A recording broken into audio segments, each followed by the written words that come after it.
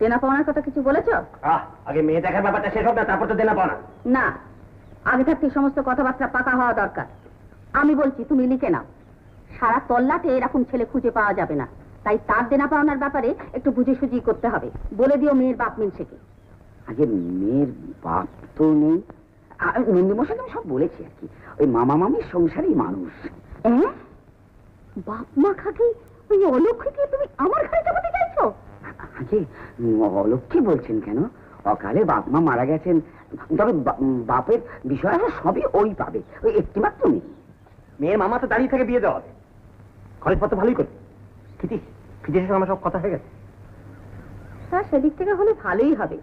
কথায় কথায় হুট করে আজকালকার মেয়েদের মতো বাপের বাড়ি যাবার পালাই থাকবে না। তুমি মেয়ে দেখা দিয়ে স্থির করো। শোনো, মেয়েটার নাম কি? তিলোত্তমা। দারুণ,